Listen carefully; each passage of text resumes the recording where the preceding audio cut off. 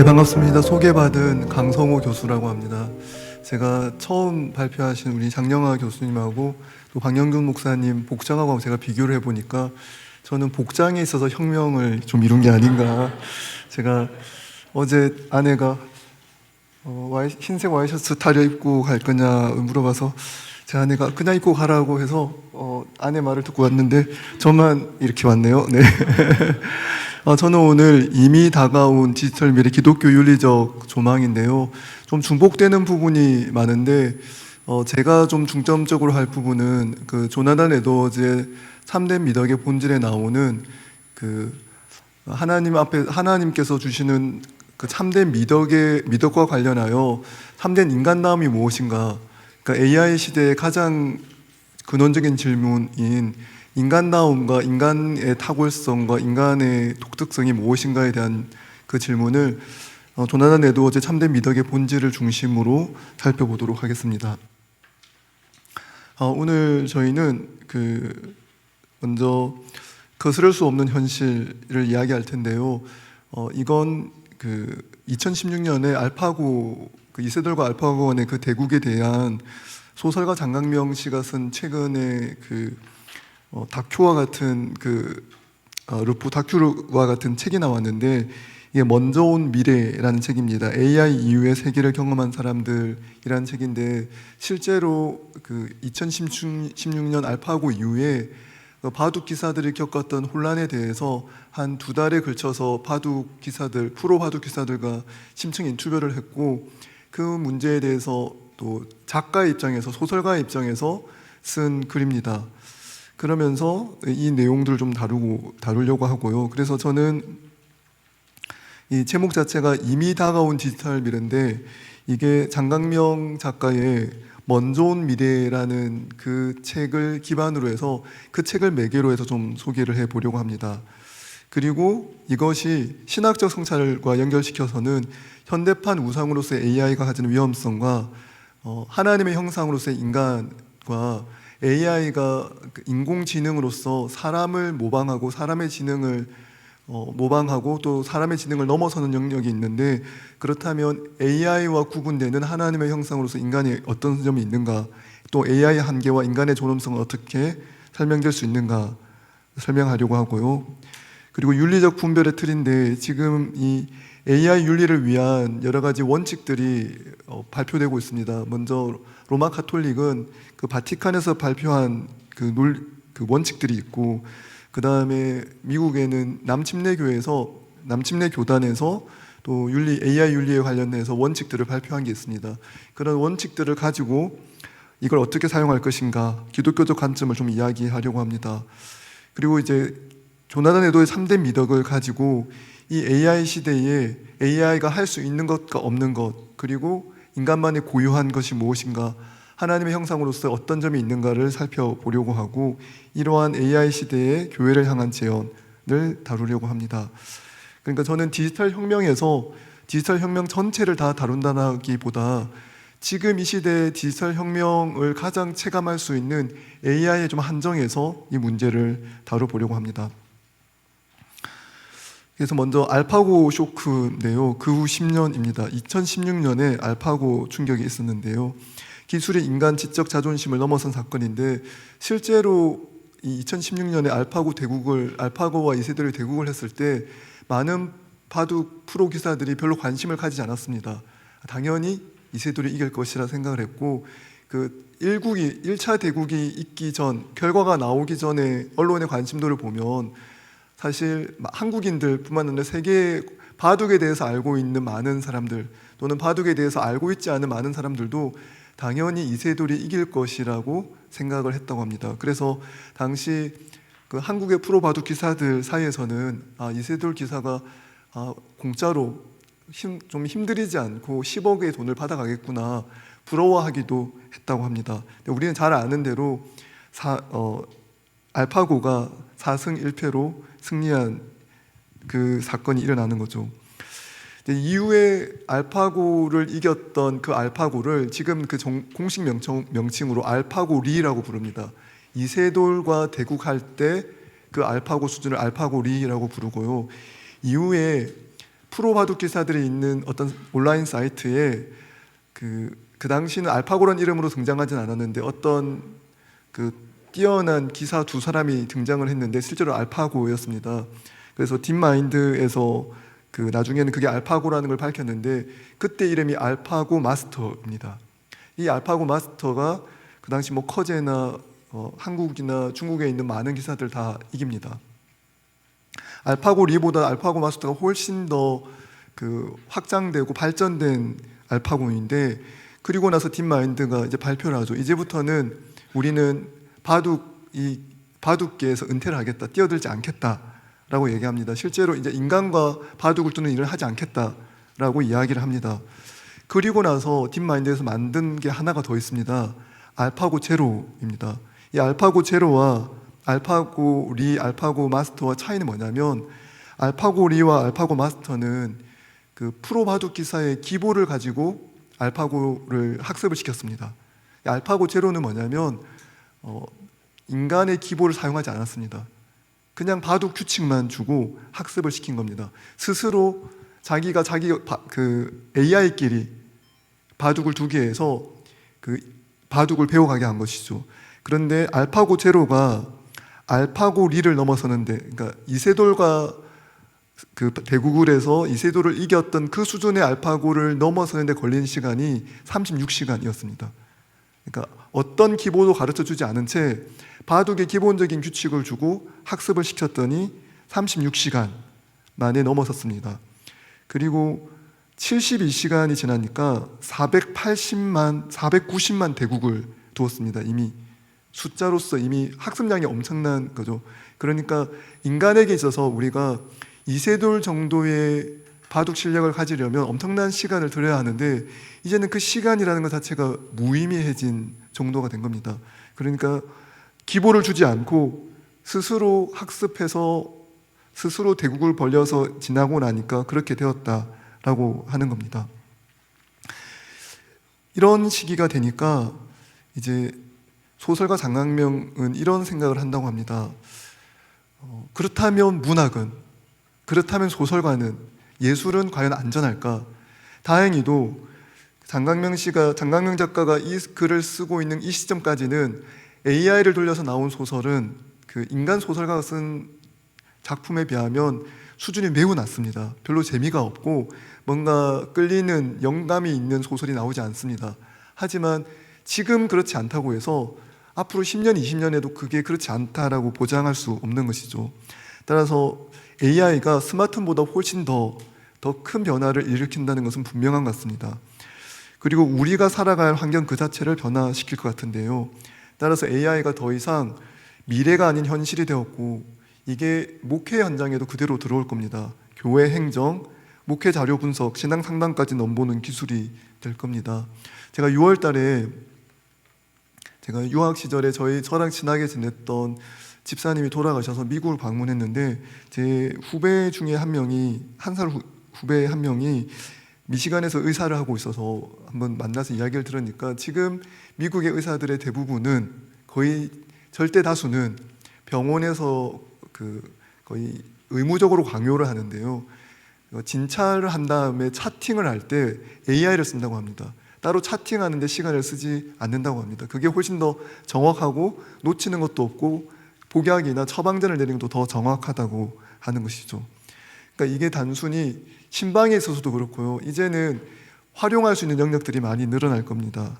그렇다면 이제 우리의 과제는 단순히 AI가 있어서 이제 목회 환경이 훨씬 더 편해질 것이다, 더 좋아질 것이다, 낙관론도 있겠지만 낙관론이나 막연한 공포심을 넘어서서 AI가 우리에게 던지는 질문이 무엇인가, 신학적 윤리적 성찰이 필요한 단계가 되었습니다.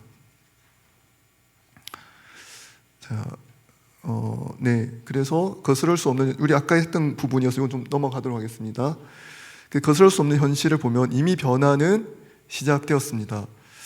그래서 여러 단계로 이미 시작이 되었고요.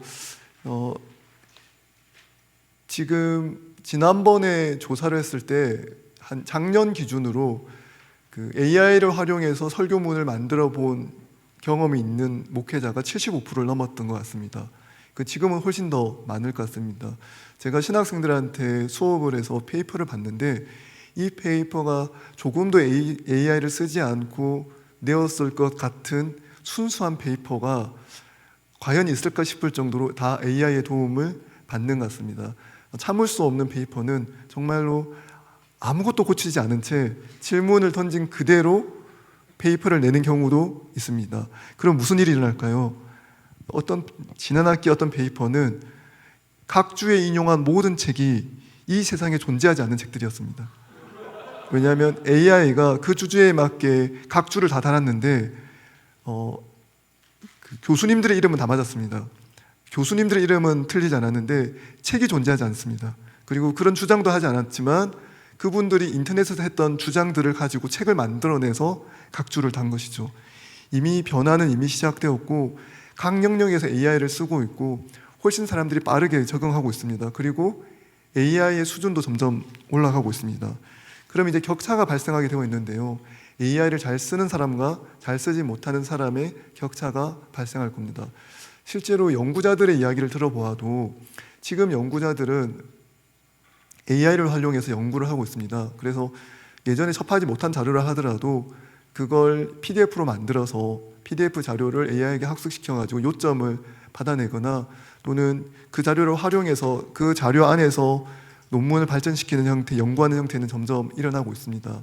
그래서 지금은 로고스라는 자료를 가지고도 로고스를 AI와 같이 사용하는 목사나 연구자들과 그냥 홀로 로고스만 쓰는 사람 간의 그런 생산성의 차이가 분명히 나타나고 있습니다. 이러고 났더니 이제 가치 자체를 바꿨습니다. 이건 장강면 작가가 던진 매우 중요한 질문인데요. 이런 겁니다. 이걸 제가 안 남겼네요. 네, 이런 겁니다. 소설 하나를 쓰는데 AI가 보통 한 5분 정도면 소설 하나를 씁니다. 그러면 한 하루에 200 몇 편을 쓸 수 있다고 합니다. 그러면 그 200 몇 편이 각각 문학 작품으로서 의미가 있을 수 있는가? 그래서 심지어 미국의 유수한 출판사들은 이제 그 독자들이 또는 작가들이 출판사에 개별적으로 보내는 원고는 받지 않기로 했다고 합니다. 이 AI가 나온 이후로 그러니까 작가들이 개별적으로 내는 원고의 수가, 드래프트의 수가 폭발적으로 늘어났다고 합니다. 그러니까 이렇게 빨리 쓸 수가 없는데 많은 사람들이 원고를 제출하고 있다는 거죠. 그러다 보니까 탁월성의 기준이 달라지기 시작했습니다.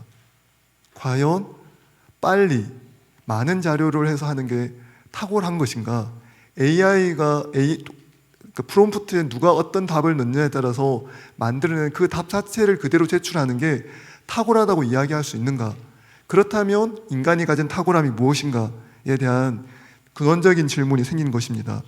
따라서 AI는 단순한 도구가 아니라 우리의 가치관과 세계관을 재구성하는 환경을 마련해 두고 있고 점점 이것이 가속화될 겁니다. 그래서 기술은 문제를 해결함과 동시에 새로운 문제를 낳고 기존의 가치를 훼손합니다.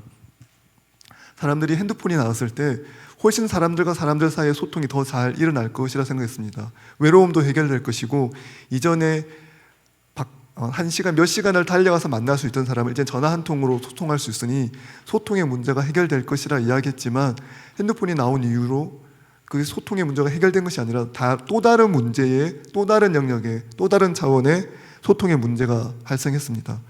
그래서 이 말을 하죠. 탁월함이 이제 기준이 변화되었다. 과거에는 깊은 묵상과 톡잘이 담긴 설교가 탁월함의 기준인데 AI 시대에 더 논리적이고 풍부한 자료를 담은 초안을 AI가 순식간에 생성해 냅니다. 그러니까 이전에 접근하기 어려웠던 자료들조차도 사용하는 것이죠. 그렇다면 이제 우리는 목회에 대한 질문을 할 수가 있는데요. AI가 만들어낼 수 있는 탁월함, 그 탁월한 영성을 AI 수준으로 만들어낸다면 그러면 목회는 무엇을 해야 되는가? 목회는 양들에게 무엇을 주어야 하는가? 단순히 그 자료를 가지고 활용할 수 있는 영역에 있어서도 이 AI가 발전함에 있어서 지금 수준보다 훨씬 더 깊이 있고 통찰력이 있는 자료를 가져올 것인데요. 왜냐하면 이미 통찰력이 있는 원고를 가져와서 글을 써낼 것이기 때문에 그렇습니다.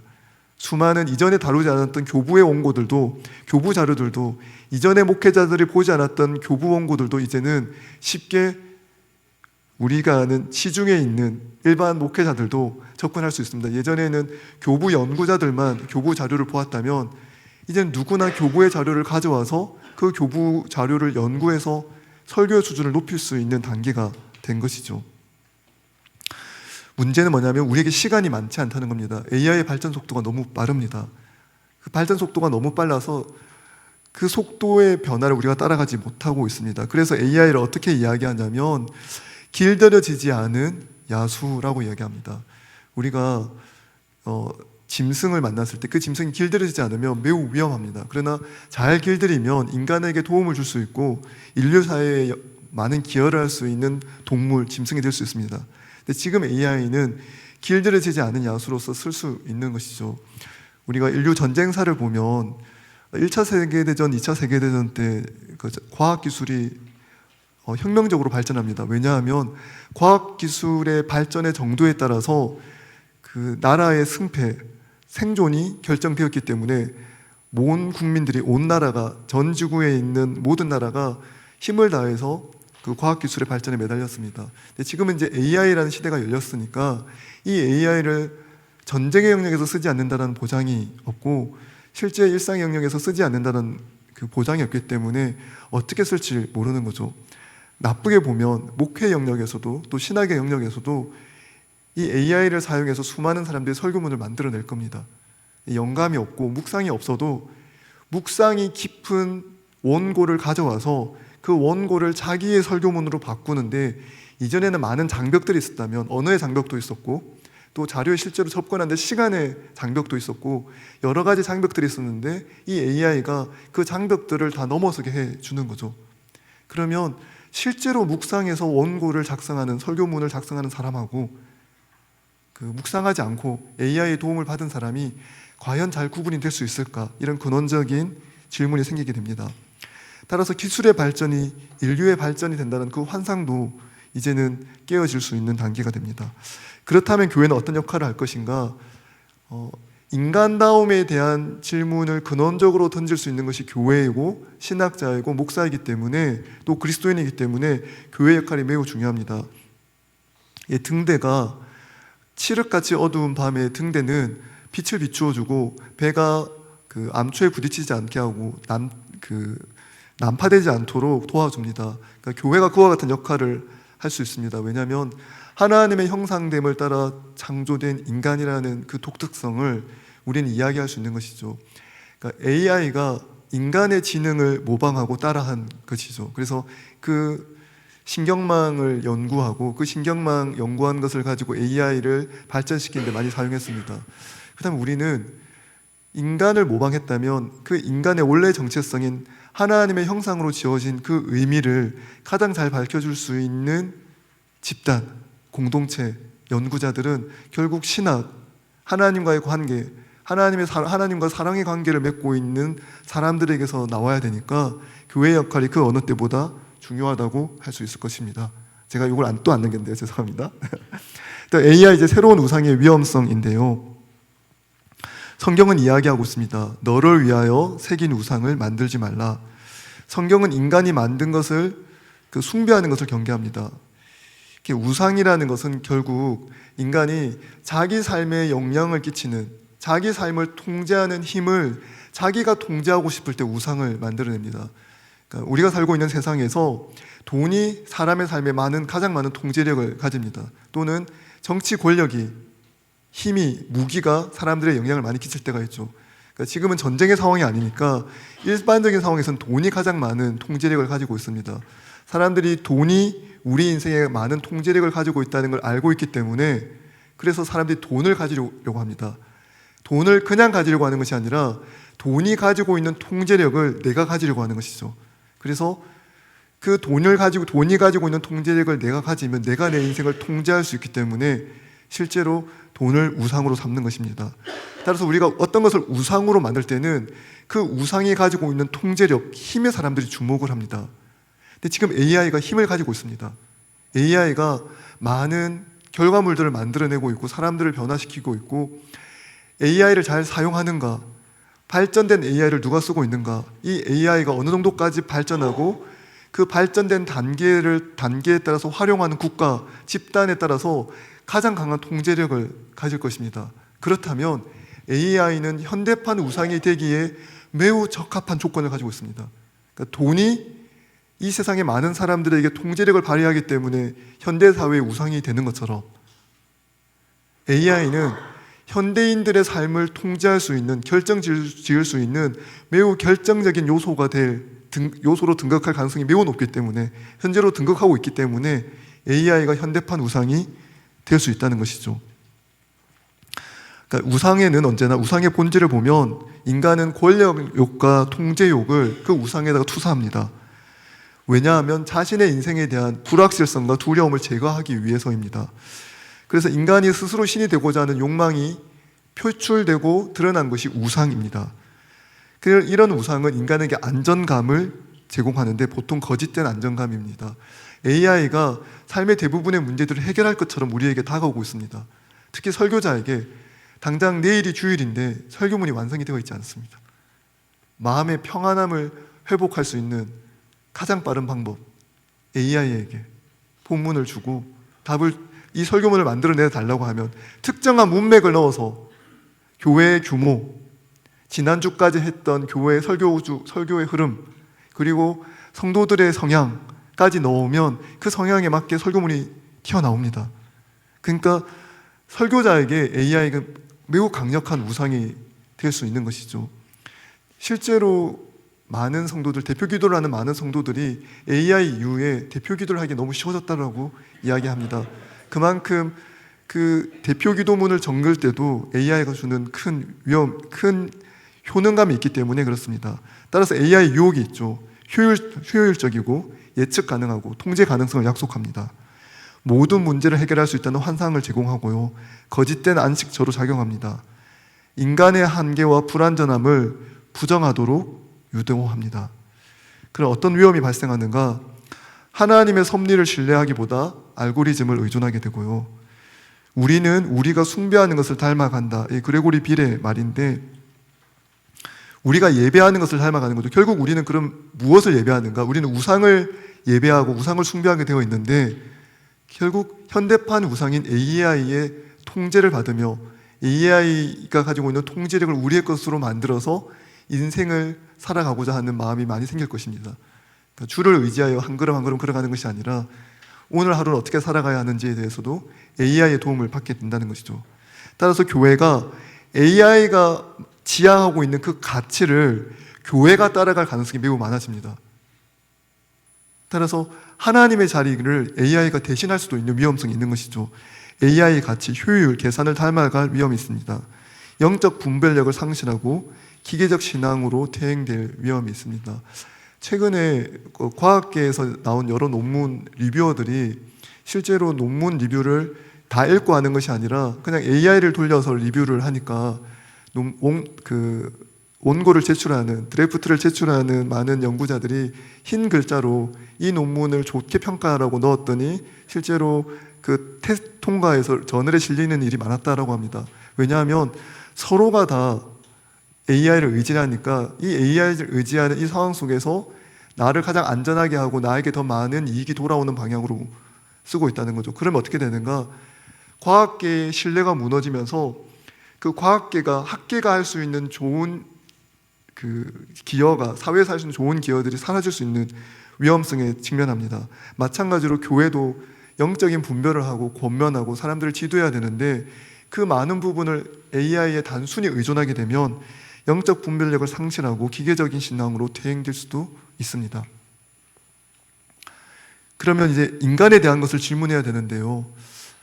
인간은 하나님의 형상을 따라, 하나님의 모양과 형상을 따라 지음을 받았습니다. 이마고 데이입니다. 그렇다면 이 AI 시대의 근본 질문은 무엇이어야 합니까? 인간이란 무엇인가? 기독교 신학은 언제나 인간이란 무엇인가에 대한 질문을 던집니다. 사실 철학의 기본 질문이 이것이죠. 나는 누구인가? 나는 어떤 존재인가? 철학은 언제나 이 질문을 던집니다. 근데 기독교 신학은 이게 하나님과 인간의 관계성 속에서 인간은 자기 자신을 알 수 있다라고 답을 합니다. 따라서 기독교 신학은 인간의 존엄성이 지적 능력이나 생산성이 아니라 하나님과 연결되어 있기 때문에, 하나님의 형상으로 존재하기 때문에 인간의 존재 의미, 존재 가치가 발생한다고 이야기하는 거죠. 그러니까 그가 효율적이지 않아도, 그가 생산성이 좀 떨어지더라도 그는 여전히 하나님의 형상으로 존재합니다. 존재 가치가 훼손되지 않죠. 그래서 이 ERLC라고, 이게 그 서던 베프티스트 교단에서 만든 선언문 1조가 이겁니다. 하나님은 각 인간을 그의 형상대로 내재적이고 동등한 가치와 존엄성, 도덕적 행위 주체성을 가지고 창조하셨다. 그러니까 AI에 관한 문서를 만들 때 제일 먼저 하는 선언문 제1조는 인간이 어떤 존재인지를 먼저 밝히고 시작합니다. 그러니까 그 인공지능, 인간의 지능을 모방한 그 AI가 인간이 무엇인지를 규정하지 않고 AI에 대한 규칙을 만들어내면 그것이 별로 의미가 없기 때문에 그렇습니다. 따라서 인간 AI와 달리 AI는 언제나 얼마나 빨리 또는 얼마나 더 정확하게, 얼마나 창의적으로 승리할 수 있게, 더 많은 돈을 벌 수 있게 정보를 제공하는가, 어떤 결과물을 만들어내는가, 영상물을 만들어내는가에 의해서 AI의 가치가 결정이 됩니다. 근데 인간의 가치는 그렇게 결정되지 않죠. 인간은 AI와 달리 하나님의 관계 속에서 존재 의미를 찾습니다. 사랑하시는 하나님, 우리를 사랑하시는 하나님, 하나님의 사랑의 관계성 속에서 인간의 가치가 발견됩니다. 따라서 인간의 가치는 기능이나 효율성이 아니라 하나님의 형상대로 사람을 만들었다는 그 창조 질서에 근거합니다. 그래서 하나님의 형상의 의미를 살펴보는데요, 따라서 이 AI 시대에 더욱 중요해지는 것은 인간에 대한 이해입니다. 그러니까 교회가 더 할 말이 많고, 이 시대에 더 필요한 말, 자기의 가치의 의미를 잃어가는 사람들에게 인간의 가치의 의미, 한 사람의 존재의 의미를 더 정확하게 알려줄 수 있는 시대가 열린 것입니다. 그러니까 AI 시대, AI 발전에 의해서 인간이 가지고 있는 생산성, 탁월성이 별 의미가 없어지는, 그 의미가 저하되는 시대가 점점 가속화 될 겁니다. 그때 교회가 무엇을 할 것인가? 창조 질서를 따라 하나님의 형상으로 지음을 받은 인간의 존재, 인간의 가치를 정확하게 알려주는 것이죠. 따라서 AI 기술이 발전할수록 인간이란 무엇인가에 대한 질문은 더욱 중요하고, 하나님의 형상으로 창조된 인간은 단순한 지능이나 기능 이상의 존재가 되는 것입니다. AI와 근본적으로 다른 세 가지 핵심적인 특징을 가지는데요, 첫 번째가 관계성입니다. 하나님과 인간의 관계인 것이죠. 그러니까 AI는 하나님을 사랑할 수 없습니다. 하나님을 사랑하는 문장을 만들어낼 수도 있고 그걸 모방할 수는 있습니다. 그러나 사랑할 수는 없죠.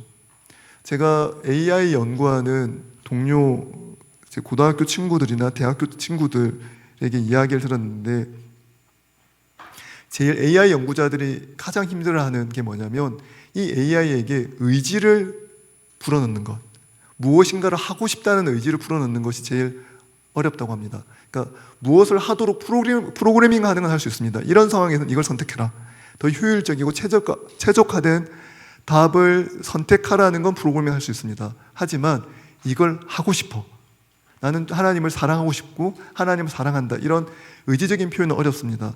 근데 관계는 의지적인 표현이죠. 사랑의 표현이고 사랑을 주고받음으로써 관계성이 생깁니다. 그리고 하나님께서 우리를 이 땅에 창조 질서를 따라서 이 세상을 통치하도록 우리를 불러주셨습니다. 이런 청지기직도 우리에게만, 인간에게만 주어집니다. 그러니까 AI에게는 그런 청지기적인 자세가 사명으로서 받아들일 수는 없게 되는 것이죠. 그리고 도덕적 책임도 이것이 도덕적으로 잘못되었기 때문에 그 선을 행하고자 하는 의지를 불러넣는 것도 어렵습니다. 따라서 AI와 다른 인간의 근본적인 세 가지 특징은 이 세 가지로 이야기할 수 있습니다. 기독교적 관점에서 본 AI의 윤리의 기본 원칙인데 5가지가 있는데요, 이게 서던 베프티스트에서 만든 기본입니다. 그러니까 AI는 기본적으로 이 5가지를 추구해야 되는데, AI를 사용할 때 우리가 인격으로서의 번영을 추구해야 되고, 관계 안에서의 번영을 추구하고, 소외된 이들과 함께 하는 것을 해야 할 뿐만 아니라 창조 세계를 돌보고 공동선에 기여해야 한다. 왜 이런 원칙을 다 넣었을까요? 한번 생각해 보면 한 인간을 다 인격체로 대하고 그 인격체가 번영하며 인간다움 행복한 삶을 살아갈 수 있도록 영위하도록 돕는 목적으로 AI를 사용하지 않는다면 각 집단들과 또 각 국가들 또는 회사들이, 기업체들이, 이 자본이 이 AI를 그 이익을 중심으로 사용하게 될 것입니다. 윤리는 없어지고 각각의 이익을 중심으로 사용하게 될 것인데, 기본적으로 이 AI는 인격으로서의 번영, 한 인간 모든 개개인에 대한 인격체를 존중하고 그 인격체가 번영할 수 있도록 그의 인간다움을 꽃피울 수 있는 그 목적을 견제해야 한다는 것이고요. 이게 더욱더 사람들과의 인간관계, 인간이 살고 있는 이 인간 공동체 안에서의 관계가 더욱더 발전시키는 방향으로 사용되어야 합니다. 이 과정에서 그 AI를 사용하는 데 있어서 분명히 소외되는 사람들이 있을 것입니다. AI를 잘 사용할 수 없거나 구독할 돈이 없거나 또는 AI를 배울 수 있는 환경에 처하지 않아서 점점 그 AI가 만들어내는 권력에서 멀어진 사람들이 있겠죠. 그들을 돌보는 일을 해야 합니다. 그러니까 우리가 복지사회에서 그 복지사회 내에서 재정적으로 또 환경적으로 어려움에 처한 사람들을 돌보는 것이 복지듯이 소외된 이들과 함께하는 것도 AI 윤리의 중요한 원칙이 됩니다. 그리고 이 창조 세계를 돌보는 것도 같이 사용해야 되는데요. 이게 매우 지금 현실적인 문제가 되었습니다. 지금 이 여름의 기후 때문에 에어컨을 많이 쓰고 있고 전력을 많이 쓰고 있는데, 실제로 지금 전력을 가장 많이 쓰고 있는 것이 AI를 돌리고 있는 데 쓰는 전기라고 이야기합니다. AI를 돌리고 있는 그 회사들이 사용하고 있는 그 서버를 사용하고 있는 수많은 전기량이 있습니다. 결국 이 창조 세계가 망가지고 있는 것인데, 창조 세계를 돌보는 원칙과 AI를 사용 윤리가 어떻게 함께 조화와 균형을 이룰 수 있을 것인가 같이 생각해야 합니다. 그래서 개발자가 사용자를 위한 세 가지 책임도 같이 이야기합니다. 인간 중심의 설계를 해야 되고요. 네. 그리고 개입을 보장해야 되고 책임성과 투명성을 같이 해야 합니다. 제가 나머지는 다 중요한 부분이지만 일단 오늘은 조나단 에드워즈의 3대 미덕을 중심으로 얘기를 해보도록 하겠습니다. 조나단 에드워즈가 3대 미덕의 본질에서 3대 미덕을 이렇게 얘기합니다.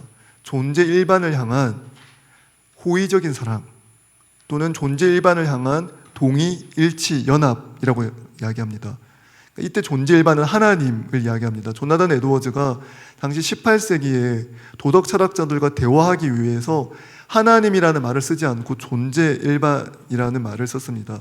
우리는 다 특정인 존재죠. 존재 일반이 아니라 특정 존재입니다. 존재 일반은 뭐죠? 시공간을 초월해서 모든 존재를 아우르는 존재가 존재 일반입니다. 그게 하나님, 신이 되겠죠.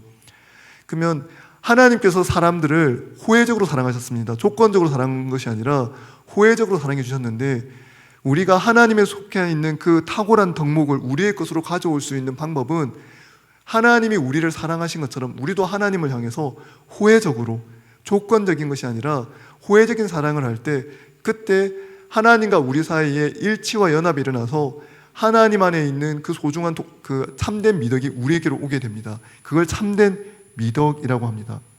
그래서 조나단 에드워즈는 참된 미덕을 존재 일반에 대한 호의적인 사랑으로 정의했습니다. 이 호의적인 사랑은 존재 일반에 대한 사랑을 필수적으로 전제합니다. 이 말인즉슨 참된 미덕과 구분되는 2차적인 미덕 또는 열등한 미덕이 있는데요. 이 열등한 미덕은 그 존재 일반에 대한 사랑이 없이도 가능합니다. 그러니까 우리가 아름다운 미술 작품을 볼 때 그 미술 작품이 가지고 있는 조화 비례를 보면 아름답다고 여깁니다. 제가 교회 청년들한테 그 얘기를 정말 많이 하는데요. 박보검의 얼굴을 볼 때 그 박보검이 가지고 있는 그 아름다움은 참된 미덕이 아니라 그 외모적인 아름다움은 그 2차적인 아름다움이다. 조화와 비례이다. 그랬더니 청년들이 저한테 이야기했습니다. 박보검도 교회 다니는데 박보검은 참된 미덕도 가지고 있고 2차적인 미덕도 가지고 있지 않느냐, 우리가 박보검보다 나은 게 도대체 뭐가 있느냐라고 했지만, AI가 만들어내는 건 뭘까요? 그러면 AI가 만들어내는 탁월함, 2차적인 미덕이죠. 존재 일반을 향한 호혜적인 사랑이 AI에게는 없습니다. 마음의 좌소가 없는 것이죠. 영혼이 머물 수 있는 공간이 없습니다. AI가 그것을 만들어낼 수 없기 때문에 참된 미덕은 오직 하나님의 은혜로만 가능하며 질서나 효율성 같은 2차적인 아름다움과는 본질적으로 구분됩니다. 그러면 조나단 에드워즈의 이 참된 미덕의 본질, 참된 미덕이라는 기준을 가지고 생각해보면 AI의 한계가 매우 분명합니다. AI는 참된 미덕이 부재합니다. 그러나 2차적이고 열등한 미덕이 매우 탁월한 이 2차적인 미덕을 극한의 수준까지 끌어올려서 가질 수 있는 존재가 된 것이죠. 그러니까 우리 중에 외모로 해서 얼굴 천재 차은우 뭐 이런 사람처럼 2차적인 미덕이 아무리 아름답다 하더라도 그 얼굴 미모의 차이가 하나님을 사랑하는 차이를 정도의 차이를 만들어내지 않을 겁니다. 그런데 AI는 그 존재에서부터 참된 미덕을 가질 수 없는, 참된 미덕이 처음부터 끝까지 부재된 존재입니다. 따라서 AI가 할 수 있는 것은 2차적인 아름다움, 탁월함, 생산성, 효율성, 조화, 비례, 질서 다 가질 수 있습니다. 하지만 참된 미덕, 하나님을 사랑하고 하나님에 대한 호혜적인 사랑 안에서 하나님과 일치와 연합을 통해서 하나님 안에 있는 미덕, 하나님의 조화로움과 질서, 창조 질서 가운데 이루어지는 그 미덕은 가질 수 없는 것이죠. 따라서 우리가 AI를 바라보면서 기능적인 유용성에 있어서는 우리가 AI를 넘어서는 게 이제 불가능할 겁니다. 하지만 AI가 가지고 있는 절벽, AI가 도무지 넘을 수 없는 그 절벽을 바라보면서 교회가, 세상이, 신학이, 교회와 신학자들이 세상을 향해서 무엇을 얘기해야 될 것인가, 하나님께서 우리에게 주신 참된 미덕의 가치에 대해서 이야기할 필요가 있다는 것입니다. 그래서 AI가 가질 수 없는, 결코 가질 수 없는 건 참된 미덕인데요, 이 미덕의 좌소인, 미덕이 생성되는 곳인 마음과 영혼이 없습니다. 우리는 마음과 영혼을 다해서 하나님을 사랑합니다. 마음을 다하고 뜻을 다하고 힘을 다하여 주 너의 하나님을 사랑하라는 명령이 AI에게 이루어지지 않습니다. 모든 행동은 계산의 결과죠. 사랑이라는 내면의 성향이 부재합니다. 조나단 에드워즈가 쓰는 디스포지션, 그러니까 마음이라고 하는 어떤 경향성, 하나님을 사랑하기 때문에 그 하나님을 사랑하는 성향이 점점 더 강화되고 그 성향에 의해서 내면의 질서가 새롭게 형성되는 그 세 사람의 모습들이 이루어질 수가 없습니다. 그 다음에 하나님과 관계를 맺을 수도 없게 되는 것이죠. 따라서 핵심적인 질문은 우리가 AI의 유용성, 효율성을 뛰어넘을 수 없는 것이 너무나 명백하다면 우리에게 주어진 인간이 가지고 있는 가장 본질적인 모습, 하나님의 형상으로서 하나님께서 우리에게 주신, 인간에게 주신 그 참된 미덕을 가지고 참된 미덕을 누리며 참된 미덕을 더욱더 풍성히 누리는 존재가 되는 것이 인간으로서 인간다움을 회복하고 인간이 누릴 수 있는 참된 행복을 누리는 길이 될 것입니다. 따라서 우리의 질문은 무엇이 유용한가라는 질문을 이제 AI 앞에 던져 보았자 이건 우리한테 돌아올 수 있는, 우리에게 이익이 되거나 우리를 행복하게 하거나 우리를 가치 있게 만드는 질문이 아닐 것입니다. 왜냐하면 AI가 더 유용하고 AI가 더 효율적이고 더욱더 탁월하게 성능이 높기 때문에 그렇습니다. 우리는 무엇이 참으로 아름다운가, 어떤 것이 참으로 아름답고 하나님의 사랑을 담고 있는가, 무엇이 선하고 진실한가, 무엇이 하나님의 영광을 드러내는가, 기술이나 효용성이 아니라 가치를 중심으로 질문해야 합니다. 점점 AI는 효용성이 가치다, 어떤 결과물을 만들어내는가, 어떻게 돈을 벌게 하는 거가 가치다, 이렇게 얘기할 것인데 우리는 그것이 가치가 아니라 참된 아름다움, 하나님의 영광을 드러내는 것, 하나님의 형상을 충만히 누리는 인생이 더욱더 복되다라고 이야기하는 것이, 이 질문이 더욱더 우리에게 필요합니다. 그래서 교회와 목회를 향한 제언은 AI를 두려워 말고 분별하자, 온전하게 인간이 무엇인지를 알려주는 복음을 선포하자, 참된 미덕의 공동체를 세우고 세상을 향한 예언자적 목소리를 내자입니다. 요 부도를 분별하고 그렇습니다. 여기까지 하겠습니다.